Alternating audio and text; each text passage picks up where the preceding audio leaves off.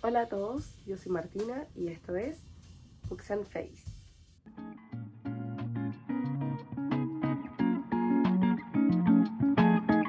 El día de hoy van a estar viendo gran parte de lo que fue el programa que tuvimos el pasado lunes 15 de junio, que fue justamente un día después del fallecimiento de Jorge Luis Borges hace 40 años, donde estuvimos acercándonos tanto a su vida, a su poesía y a parte de su obra como cuentista en el programa radial que tengo en mi universidad, se llama Contraportada.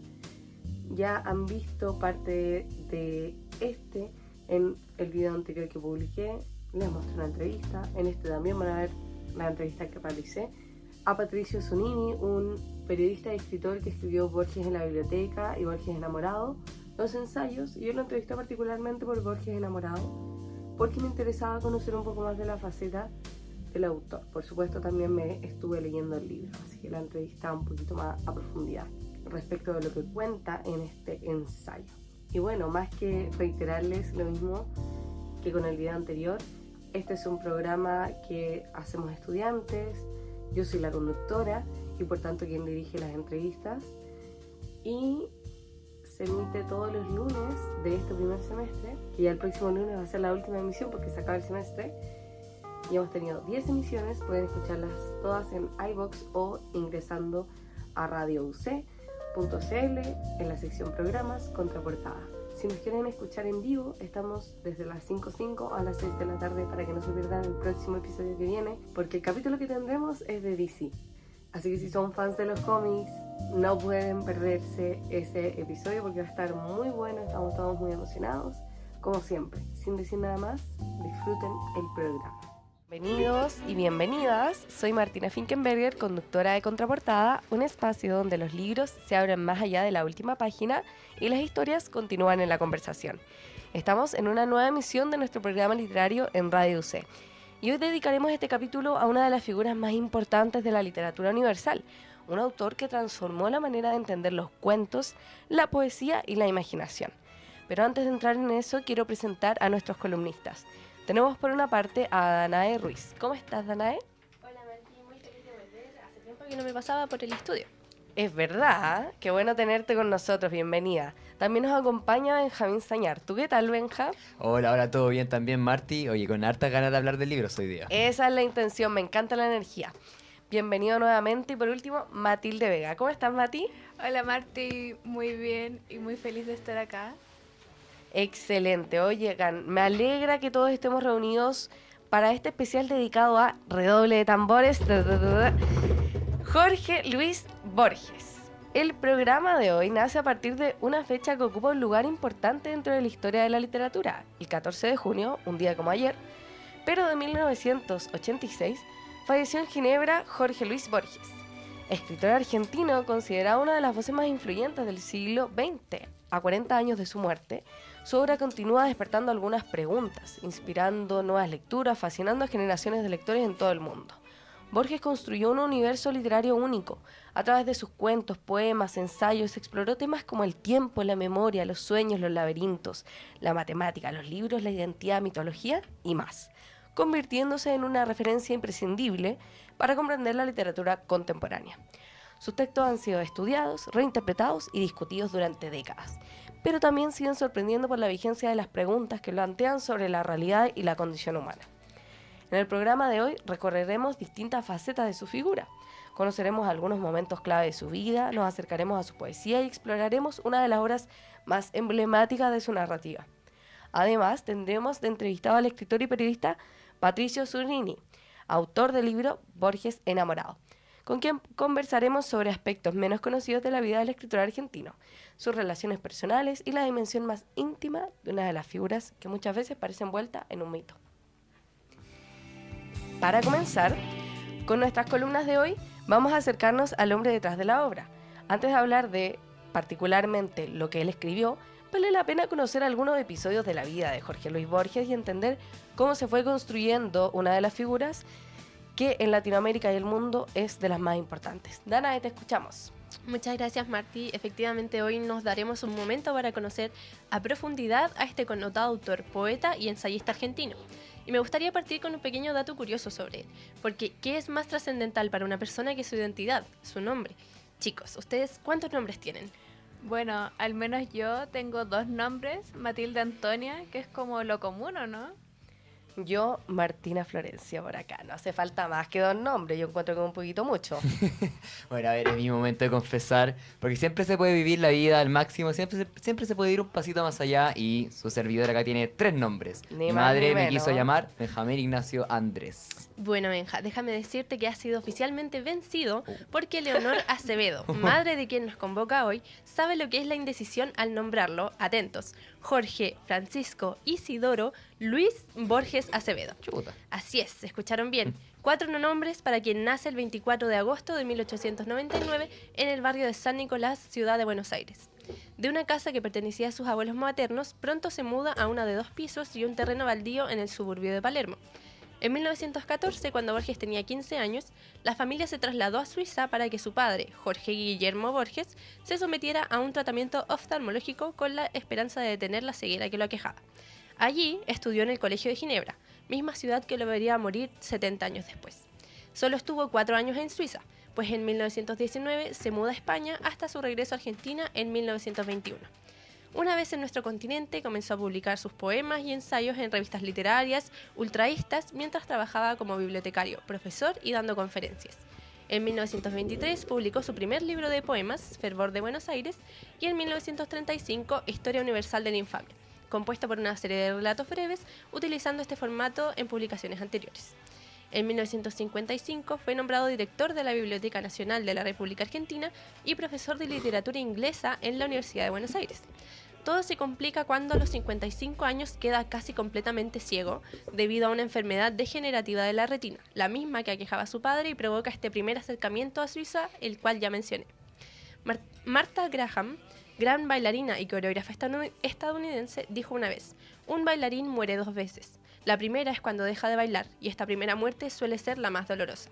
No estoy diciendo que un gran escritor deje de escribir cuando ya no puede ver, pero ¿qué es un escritor sin la lectura, sin poder visibilizar las letras y escritos que han moldeado su vida? Chiquillos, ¿ustedes creen que la ceguera de un autor es capaz de frenar su potencial de cierta manera? Para mí, y en el caso particular de Borges, creo que no. Básicamente porque él recitaba muchas de sus ideas para cuentos, poesía y más a distintas personas que lo ayudaban a escribirlas en papel. Pero claro, en lo que respecta a ver esos textos, él ya no podía, en un momento mucho más avanzado en su edad. Yo no creo que sea un impedimento, sobre todo si tienes tanto talento y disciplina como las tenía Borges. La creatividad va a seguir fluyendo pese a todo. Mira, a ver, Beethoven fue capaz de convertirse en una leyenda de la música clásica siendo sordo, con una sordera total. Yo creo que no hay nada que pueda frenar a un artista de demostrar y potenciar su arte. Efectivamente, en realidad numerosos investigadores han sugerido que su ceguera progresiva lo motivó a crear símbolos literarios innovadores a través de la imaginación, así como a preferir la poesía y los cuentos breves antes que las novelas. Pero pasemos a un aspecto más profundo de este personaje: sus premios, condecoraciones, relaciones amorosas y, por qué no, sus controversias. Recibió importantes premios y distinciones de diversas universidades y gobiernos de distintos países. En 1961 compartió con Samuel Beckett el premio Formentor, otorgado por el Congreso Internacional de Editores, y que fue el comienzo de su reputación en todo el mundo occidental. Recibió luego el de Comandante de la Orden de las Letras y Artes por el gobierno francés, la insignia de Caballero de la Orden del Imperio Británico, Sir, y el premio Miguel de Cervantes, entre otros galardones y títulos. Si sumamos los premios locales de su juventud, como el Premio Municipal de Buenos Aires en 1929, las medallas de oro, las llaves de la ciudad y los doctorados, Borges acumuló fácilmente más de 50 distinciones de máximo nivel a lo largo de su vida. Pero lo que todo el mundo literario se preguntó y se pregunta el día de hoy: ¿dónde quedó el Premio Nobel de Literatura? Analistas explican que la negativa de la Academia a darle el galardón ocurrió nada más y nada menos que gracias a sus vecinos de cordillera. Así es, Chile. Ups. Ujú. Toda esta tertulia en donde siempre hay un chileno se remonta a 1976. Ese año Borges viajó a Chile y aceptó un doctorado honoris causa de la Universidad de Chile, un evento donde le estrechó la mano al dictador Augusto Pinochet y pronunció un discurso alabándolo. Poco después también hizo comentarios elogiosos hacia la junta militar que gobernaba Argentina en ese momento. aunque años más tarde cambió su postura, firmó peticiones por los desaparecidos y asistió a los juicios contra los comandantes. La Academia Sueca, de corte marcadamente progresista en esa época, no perdonó estos gestos. El propio Arthur Lundvik, un influyente miembro de la Academia y especialista en literatura latinoamericana, admitió abiertamente que el comité nunca le perdonaría a Borges su postura ante las dictaduras del Cono Sur. A pesar de todo, Borges manejó el desaire con una elegancia y un humor propios de su obra y personalidad. Incluso llegó a decir que el hecho de que no le dieran este galardón era un acto de generosidad, porque cada año, antes de que se anunciara el ganador, los periodistas lo llamaban y la gente hablaba de él, algo que no pasaría si ya lo hubiese ganado. ¿Y por qué las polémicas no paran? No podemos obviar su tempestuosa vida amorosa y manera de relacionarse con el sexo opuesto. Durante gran parte de ella estuvo profundamente marcada la sombra de su madre, Leonor Acevedo, con quien vivió hasta que ella murió a los 99 años. Borges se casó por primera vez a los 68, en 1967, con Elsa Astete Millán, una mujer de la que se había enamorado en su juventud, pero que había hecho su vida con otro hombre. Cuando ella enviudó, se reencontraron. El matrimonio fue impulsado en gran parte por la madre de Borges, quien ya era muy anciana y temía dejar a su hijo ciego e indefenso. La unión fue un absoluto desastre y duró apenas 3 años. Elsa no compartía los intereses literarios de Borges y la convivencia diaria se volvió insoportable debido a los celos y a la constante intervención de la madre de Borges en la dinámica de la pareja. En 1970 se divorciaron. Danae, ahí quiero hacer un pequeño inciso en base a la lectura del escritor que tendremos luego de entrevistado, porque justamente él dice que en esa época en Argentina no estaba permitido aún el divorcio. Entonces tuvieron que hacer unos tejebenejes que, o sea, ni le voy a explicar, pero un montón de cosas como si fuera un poco los ilusionistas. Como ese tipo de cosas tuvo que hacer Borges con más personas involucradas para que pudieran sacar los documentos, meter los documentos, para que Elsa no se enterara, porque si no se iba a volver loca, que no se quería divorciar, que sí se quería divorciar. Entonces fue un caos. Dura. Con quien compartiría los últimos meses de su vida sería María Kodama, una escritora y traductora argentina de ascendencia japonesa. Se conocieron cuando ella era una estudiante universitaria. A pesar de que compartieron décadas juntos, se casaron por poder en Paraguay apenas un par de meses antes de la muerte del escritor, el 14 de junio de 1986, cuando él ya estaba gravemente enfermo en Ginebra, Suiza. Al no concebir un hijo, ella pasó a ser su heredera universal. Para finalizar, la imposible autobiografía de Jorge Luis Borges, de Lorena Amaro Castro, explica lo que esta columna relata. Cómo leer la afirmación de la vida, una vida, si a lo largo de su obra Borges nos convida a todo lo contrario, esto es a considerar su nombre una impostura o una máscara. Si incluso el panteísmo borgesiano suele acabar siempre en una negación demoledora del yo. Muchas gracias, Danae, por acercarnos a la vida de Borges y mostrarnos cómo su trayectoria personal terminó entrelazándose con una obra que sigue siendo fundamental para lectores de todo el mundo, y también los altibajos de una vida marcada por la grandeza, pero también por decisiones que quizás, aunque él haya dicho que no, puede que se haya arrepentido. Jorge Luis, recordado principalmente por sus cuentos, la poesía ocupó un lugar igual de importante en su trayectoria literaria. Fue una forma de escritura que cultivó desde muy joven y que lo acompañó hasta los últimos años de su vida. A esta dimensión menos comentada, pero igualmente significativa de su obra, nos acerca Benja. Muchas gracias, Marty. Bueno, Borges fue un ensayista y un cuentista de primer nivel, una de las prosas más importantes y legendarias de Sudamérica. Sin embargo, hay una arista de la obra del argentino que, tal como dijo la Marty, es menos comentada, pero no es por eso menos importante. Hablemos del verso, de la poesía, porque Borges era un poeta especial, uno que hablaba de todo y que abarcaba desde el tema más mundano hasta la dimensión más profunda. Todo gracias al excelente oído que tenía el argentino, capaz de retomar su propia realidad y convertirla en un imaginario fantástico para el paladar del lector. Es más, el mismo Borges se refería a la poesía como un ajedrez misterioso, cuyo tablero y cuyas piezas cambian como en un sueño, y sobre el cual me inclinaré después de haber muerto.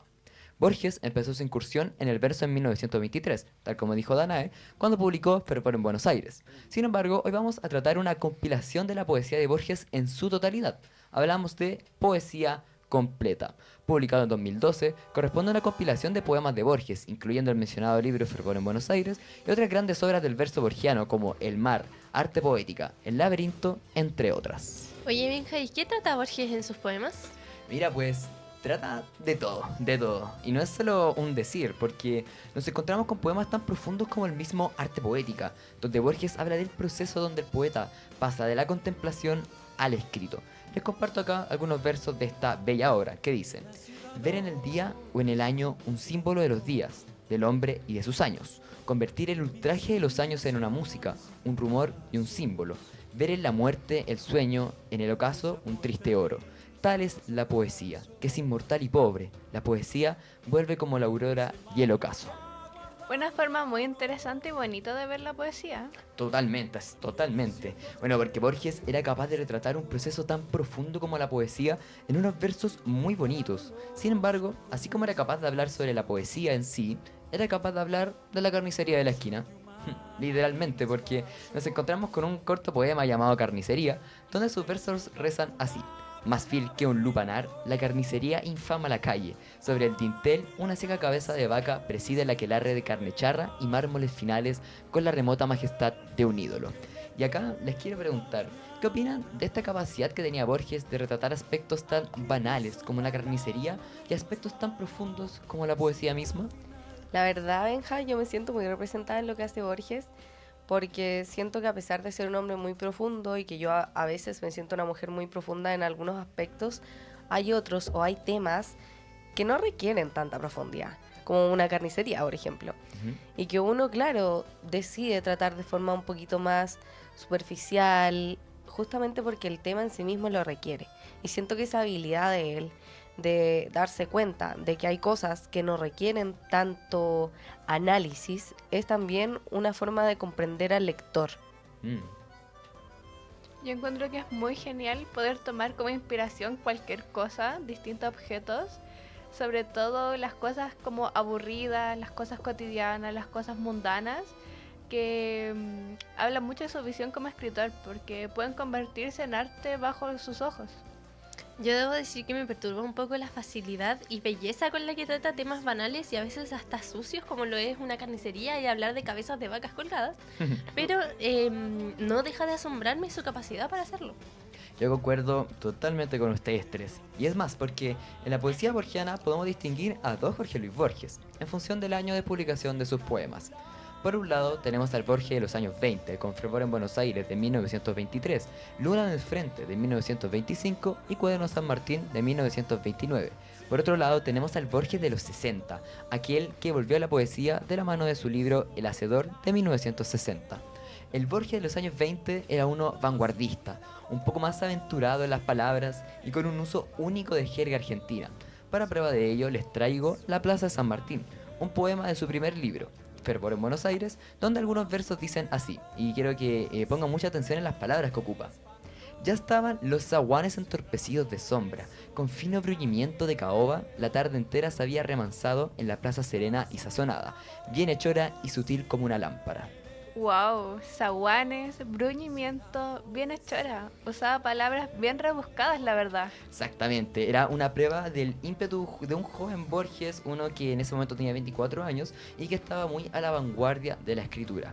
En cambio, llegando ya a los años 60, con un Borges mucho más adulto, Jorge Luis adopta una poesía mucho más clásica, abandona la extravagancia y apuesta por un verso mucho más simple en su forma, pero poderoso en su fondo. Es más, el propio Borges adulto, además de reinventar su estilo, reinventó también al Borges joven. En la edición de 1969 de su obra poética, el argentino agregaría un prólogo donde deja anotado: no he reescrito este libro, he mitigado sus excesos barrocos, una clara muestra del nuevo estilo de Borges.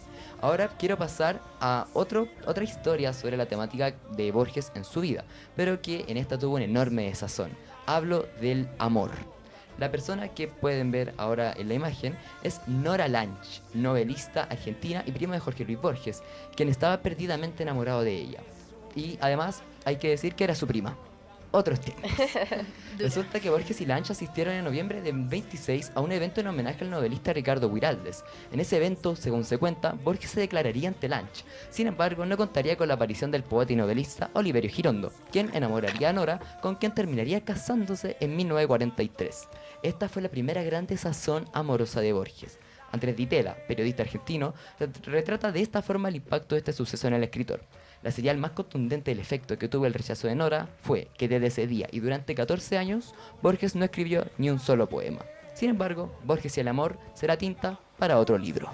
Muchas gracias, Benja, por acercarnos a una faceta que muchas veces queda en segundo plano cuando hablamos de Borges, pero que resulta igualmente fundamental para comprender su sensibilidad, sus obsesiones y su manera tan particular y específica de mirar el mundo.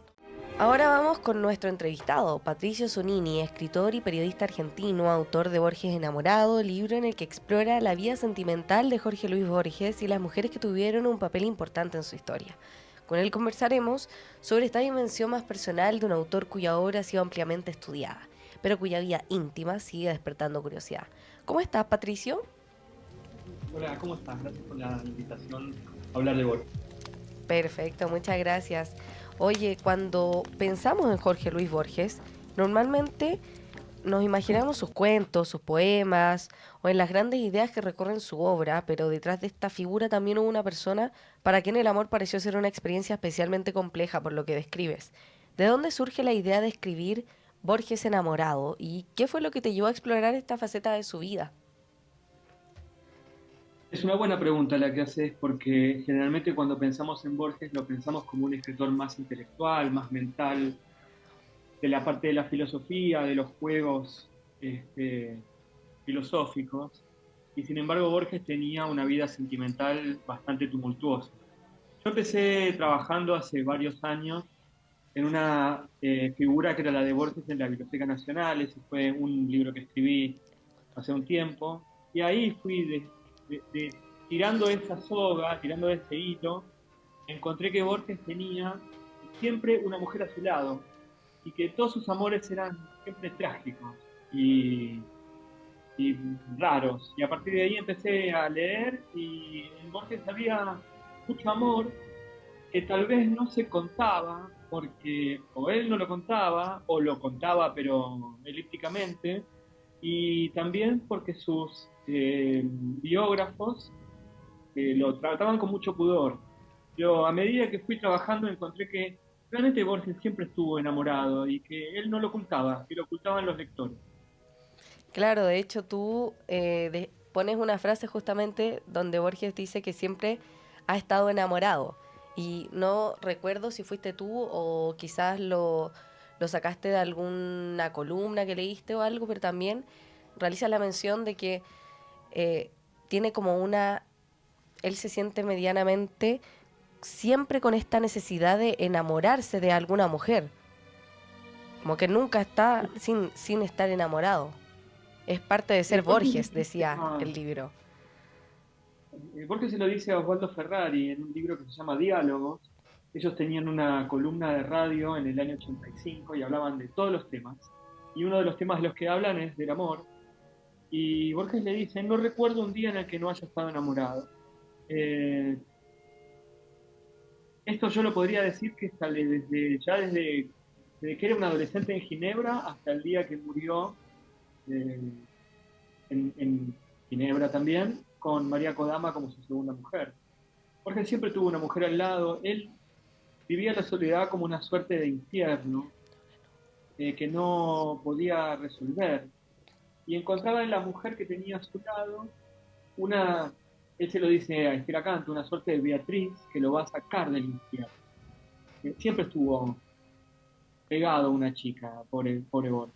Mientras avanzas en el libro, vemos a un Borges que es un poco distinto de lo que se retrata en manuales, en biografías, que es más vulnerable, inseguro, marcado por varios desencuentros amorosos que tiene con varias mujeres que mencionas. Y luego ya cuando empiezas a reconstruir las historias, a mí me surge la pregunta de si hubo alguna relación o episodio que le permitiera comprender a Borges de una manera completamente distinta a la imagen que tenía de él antes de comenzar la investigación. Esto desde tu perspectiva. No lo sé. Sí es cierto que la presencia de Borges en un libro sobre el amor es una presencia inesperada en cuanto a la forma en la que nosotros lo conocíamos y lo leíamos. También hay que decir que murió hace 40 años y que hoy nos permitimos mirar a Borges de una manera distinta que cuando yo estaba en el secundario. Borges había recién muerto. Borges murió en el 86 y yo empecé el secundario en el 88. Digo el secundario porque es el momento en el que se me empieza a leer en el colegio. Ese Borges escolar, institucionalizado, estaba lejos. Hoy, 40 años después, podemos hacernos algunas preguntas sobre las mujeres que lo rodeaban. Y lo que puedo decir en todo caso es que el amor es también una forma de leer sus cuentos. Algunos cuentos.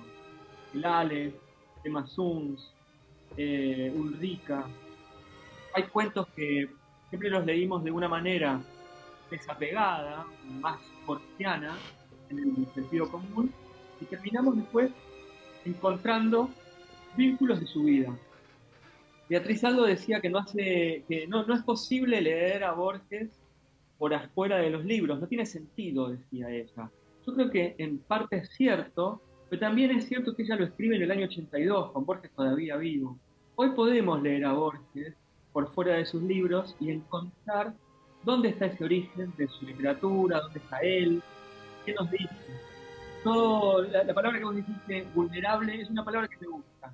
Me gusta un escritor vulnerable. Me parece que tiene más sentido, me parece que la literatura tiene más fuerza cuanto más débil se muestra. Oye, justo me da mucha curiosidad que hayas mencionado esta parte de pensar a Borges no solo como un escritor, sino con todo el contexto que viene con él. Porque en el libro tú reconstruyes un accidente que ocurrió en 1938, que claro, dejó a Borges gravemente enfermo, que terminó marcando uno de los puntos de inflexión más importantes de su vida literaria, porque es donde empieza a escribir sus primeros cuentos. Y en ese recorrido aparece la hipótesis de que María Luisa Bombal pudo haber estado vinculada a este episodio e incluso haber sido la mujer que algunos investigadores asocian con la escena de la ventana. ¿Por qué te pareció tan relevante explorar esta posibilidad? ¿Te interesaba resolver el misterio o rescatar el lugar que Bombal tuvo en la vida y en la formación literaria de Borges? Bueno, María Luisa Bombal es una escritora inevitable en la literatura de Latinoamérica, es la gran escritora chilena, no sé, ha escrito La Amortajada, es uno de los mejores libros de América Latina, me imagino que ustedes la deben leer de otra manera que la leemos nosotros, pero García Márquez dijo que María Luisa Bombal se adelantó al boom 20 o 30 años. 20 y años, Rulfo, dice en la novela, sí. sí, y Rulfo dice que no existiría Pedro Páramo sin María Luisa Bombal, o sea, es una figura que hay que mirar. Lo que sucede con ella es que Borges tiene un accidente el 24 de diciembre del año 1938 y nunca dijo en la casa de quién fue. Y para mí lo paradigmático era más que quién era, por qué lo había ocultado. Y yo creo que él lo oculta porque ese accidente que él tiene lo convierte en el escritor que luego va a ser. Borges escribe después de ese accidente un cuento que es Pierre Menard, autor del Quijote, cambia su forma de leer, cambia su forma de escribir. Él ya había escrito cuentos antes, había escrito todos los de Historia Universal de la Infamia, había escrito El acercamiento al Motacien, pero después de Pierre Menard aparece el Borges que nosotros leemos y conocemos, el Borges que finalmente se construye en el escritor universal. Claro, el Borges metafísico. Y es un Borges metafísico, exactamente. Y que él haya tenido un accidente en la casa de una mujer y que no lo haya mencionado a esa mujer. Para mí tenía un sentido casi místico. Pensá que Borges tiene un golpe en la cabeza, la sangre, el 24 de diciembre, la madre abnegada que lo acompaña. Es una mirada, es un pequeño mito religioso que lo acompaña en ese accidente. Y cuando él surge, podríamos decir que es como Lázaro que sale, cuando él surge de ahí, empieza a escribir y se convierte en el gran escritor. ¿Y por qué no menciona a la mujer con la que estaba? Yo creo que no la menciona porque no quería, porque en todo caso él quería que su nacimiento como escritor sea un nacimiento junto a la madre y que no hubiese otra mujer. Hay dos posibilidades, una es María Luisa Bombal y otra es Emma Rizzo Platero. Es curioso porque María Luisa, es chilena y Emma Rizzo Platero es uruguaya. No se sabe bien cuál de las dos es, pero es muy probable que haya sido María Luisa, que además tiene una historia, claro, cuando vos conocés la historia de María Luisa la querés contar. Sí, totalmente. Por eso a mí Todo me lo dio que- curiosidad, porque tú te diste muchas páginas para contar la historia de María Luisa, que es, bueno, digna de ser contada, pero me surgía esta duda de, ¿tiene que ver solo porque María Luisa también es un personaje interesante? O porque, claro, es quien tú crees es más posible que haya sido esta mujer. Bueno, hay un libro de un escritor chileno que ahora está en Buenos Aires, no recuerdo su nombre, un chico que escribió Kamchatka, por ahí ustedes se acuerdan el nombre de él, es un gran escritor. Él escribió un perfil sobre María Luisa y en ese libro él dice que es muy probable que haya sido en la casa de ella donde tuvo el accidente. Es más, Borges dice que es en la escalera. Y este chico, qué lástima que no me acuerdo el nombre, me da un poco de pudor, pero él dice que fue en el living de la casa de ella. Lo cual sería todavía más, más significativo que haya borrado su nombre, Borges, ¿no?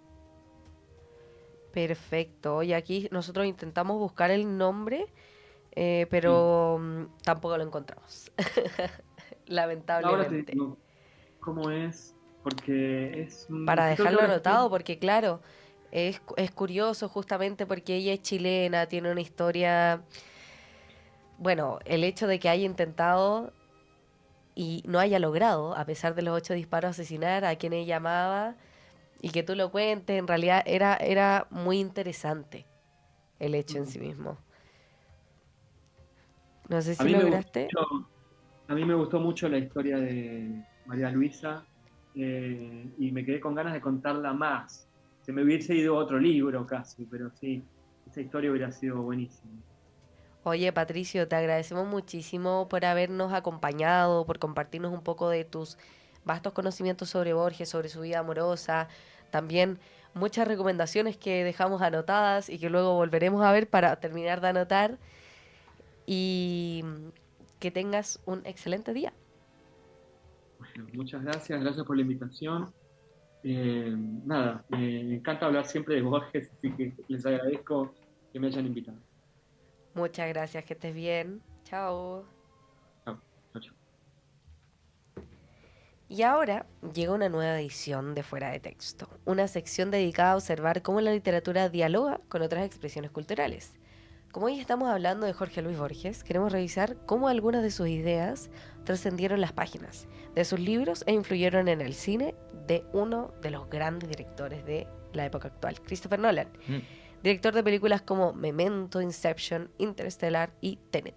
Nolan. Bueno, igual que yo creo que hace sentido, porque cuando uno piensa en él, piensa en Christopher Nolan, en sus películas y todo, aparecen de inmediato temas que tratan en estas películas que tú nombraste, como el tiempo, los sueños, la memoria o las distintas realidades posibles.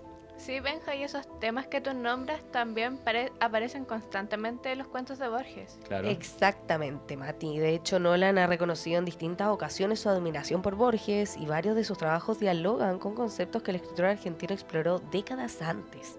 Quiero partir con una película que seguramente muchos conocen, Memento.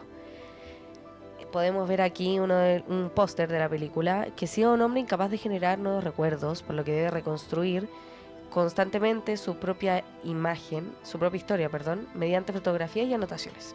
O sea, la memoria se transforma en un problema. Exactamente, Dana, y ahí aparece una conexión interesante con Borges.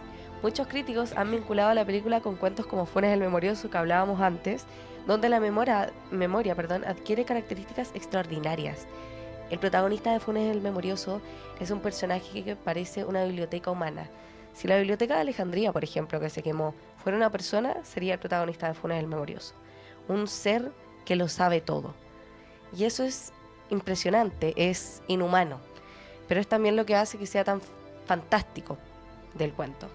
Claro, bueno, y yo creo que eso también explica por qué uno termina dudando un poco, así siempre en la duda, en que sí, el no, termina ahí en la barrera de la duda de todo mientras ve la película. Exactamente, Benja. Pero probablemente la relación más evidente aparece en Inception. Podemos también ver aquí uno de los pósters de la película, donde está, ¿cómo se llama este? Leonardo DiCaprio. Leonardo DiCaprio, gracias equipo. En esta película los personajes ingresan a los sueños de otras personas y construyen dentro de ellos nuevos mundos, donde resulta cada vez más difícil distinguir qué pertenece a la realidad y qué pertenece a la imaginación. Que es una pregunta muy borgiana. Exacto, que también lo exploraba en tu columna. Sí, porque Borges siempre jugó con esa idea de que los sueños pueden ser tan reales como la propia realidad. Así es, Mati, y algo parecido ocurre en Interestelar, una de las películas de ciencia ficción más bellas que yo he visto como fan del género, así que me siento un poquito aquí con la necesidad de decir eso. Y en esta historia el tiempo deja de comportarse de la manera en que estamos acostumbrados.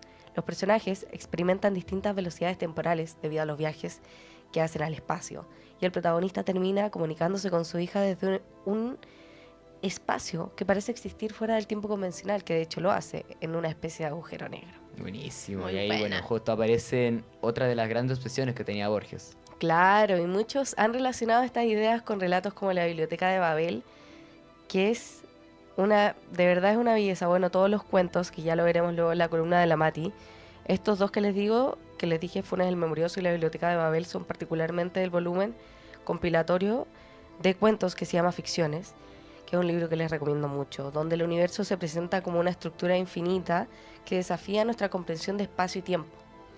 Por último, quería vincularlo con Tenet, una película construida en torno a la inversión del tiempo, y a una narrativa que obliga al espectador a cuestionar constantemente la relación entre causa y efecto.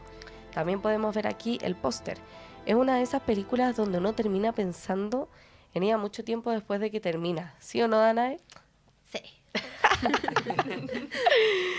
Oigan, yo la he visto 2 veces y no sé si alguna vez era suficiente para comprender todo lo que propone la película. Algo similar ocurre muchas veces con los cuentos de Borges, por ejemplo con El jardín de los senderos que se bifurcan. Siempre parece haber una nueva interpretación posible. Además, en ambos existe una evidente fascinación por los laberintos conceptuales y por las historias que desafían nuestra forma habitual de comprender el tiempo.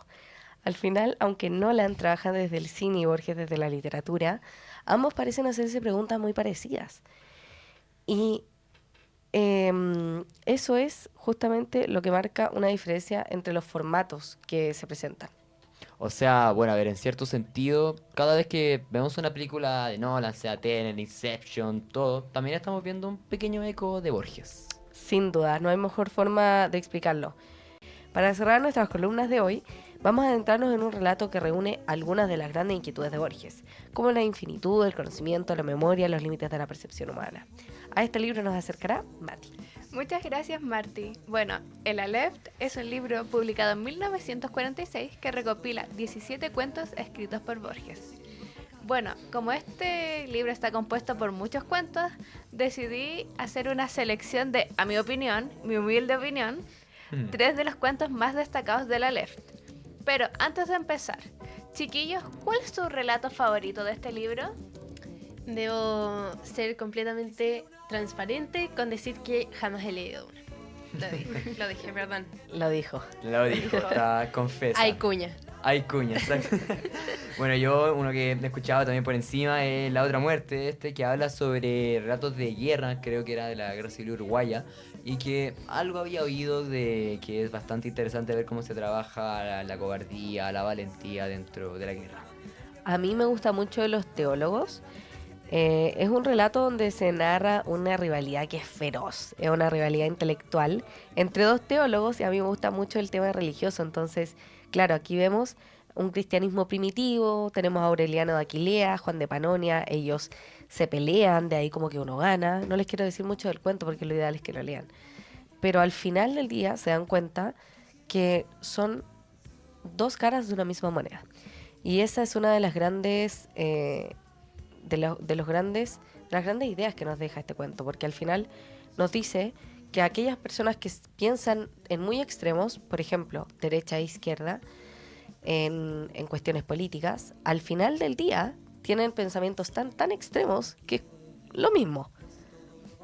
Bueno, vamos a empezar con mi favorito, A ver. que es El Inmortal. Este es el Ay, primer... ese es muy bueno también. Sí. Este es el primer cuento de esta recopilación y seguramente cautivará a todos los fanáticos de la serie The Good Place, porque este cuento cuestiona los beneficios de ser inmortal. Seguimos la historia de un tribuno romano que se embarca en la búsqueda de la ciudad de los inmortales tras oír que existe un río capaz de otorgar la vida eterna. Nuestro protagonista emprende una dura travesía por medio del desierto. Al borde de la muerte bebe de un río sin saber que este era el río que tanto buscó. Después se adentra en un laberinto interminable y encuentra la prometida ciudad de los inmortales, pero solo siente decepción. Se encuentra con un troglodita, un ser incivilizado, carente de memoria e incapaz de hablar. Decide llamarlo Argos. Como el perro de Ulises en la Odisea. Exacto. De hecho, ese es el gran plot twist de este cuento. En un momento de lucidez, el troglodita revela que él escribió la Odisea. Él era Homero, pero la inmortalidad lo convirtió en un troglodita. Nuestro protagonista vive por muchos siglos, siendo todo y nada a la vez. Y pronto se da cuenta de que la inmortalidad no es una bendición, sino que es una maldición. Se propone encontrar el río de la mortalidad. Cuando lo hace y bebe sus aguas, es un alivio saber que por fin va a morir. En este cuarto, Borges plantea que la inmortalidad le quita el sentido a la existencia humana. El tiempo lo vale porque se acaba. Nuestra mortalidad nos da sentido, propósito y deseo. ¿Y a ustedes, chiquillos, les gustaría ser inmortales? La verdad es que no, porque precisamente por esto siento que después los años y los años y los años y que lata ver a todos morir y uno no. Yo también, no. La verdad es que encuentro que sería más un castigo tener que vivir tanta cantidad de años y ver cómo las personas alrededor mío que son para mí lo que es vivir, o sea, yo no podría vivir sin la gente que me rodea, verlos morir y no poder hacer nada y como que al final escapa de mi poder es algo que genuinamente de solo pensarlo me desespera. Voy a ser el pececito en contra de la corriente, porque sí me gustaría ser inmortal. Soy una persona extremadamente curiosa, así que me encantaría, no saben cómo, y he pensado muchas veces en ver el futuro de la humanidad. Bueno, seguimos con La casa de Asterión, una reinterpretación del mito de Teseo y el Minotauro, pero desde la perspectiva de la criatura. Asterión vive en un inmenso laberinto, vive encerrado en lo que describe como una casa inmensa. Al contrario de lo que los demás piensan, él sí ha salido de este laberinto, pero decidió volver por temor a los hombres. Su soledad se rompe solamente una vez cada 9 años con la llegada de 9 hombres. Asterión cree en su ingenuidad que es su deber matar a los visitantes para liberar a su pueblo de todo mal. La soledad de Asterión lo llena de hastío, haciendo que su existencia se centre en esperar a su redentor, espera anhelante la llegada de quien por fin lo libere del laberinto. El sentido de su vida es esperar su fin.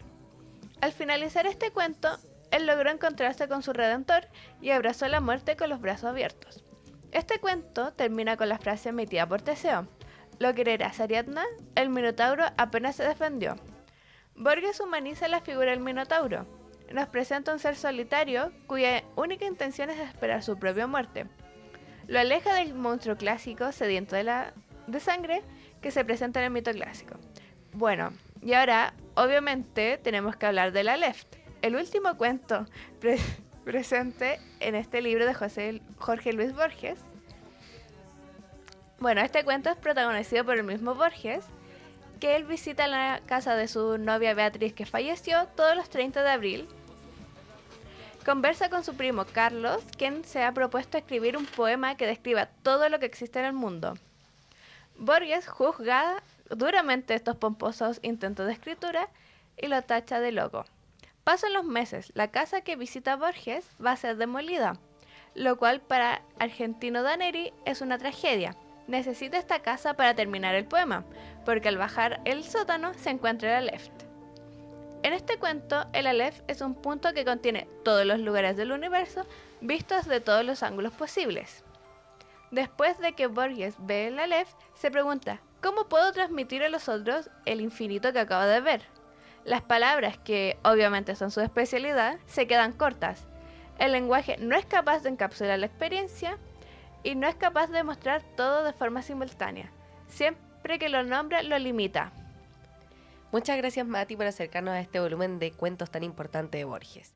Eso fue todo por hoy. Realmente espero que hayan podido disfrutar de este programa que hacemos con tanto cariño junto con mis compañeras y compañeros en radio. Contraportada es un proyecto que pudimos llevar a cabo este año finalmente, con el cual continuaremos el segundo semestre y esperamos que siga en la universidad. A mí ya no me queda tanto tiempo en la universidad, de hecho este es mi último año entero y el próximo año es solo la primera mitad, así que estoy intentando disfrutar. Básicamente me queda un año en este punto ya, sí, me queda un año para egresar, así que nada, disfrutando de mi último tiempo mucho. Este programa ha sido una gran alegría en mi corazón y en mi vida académica, así que espero que lo hayan podido disfrutar. Les recuerdo que este lunes tenemos la última emisión, la pueden escuchar en vivo desde Radio UC entre las 5:05 y las 6 de la tarde. El episodio va a ser de DC, de los cómics, esto con motivo por supuesto de que va a salir Supergirl y hay que hablar de cómics. Muchas gracias por ver este video, por quedarse. Si les gustó, denle a like, suscríbanse y activen la campanita para que les lleguen las notificaciones de todos los videos que voy subiendo al canal y nos vemos en una próxima. Bye.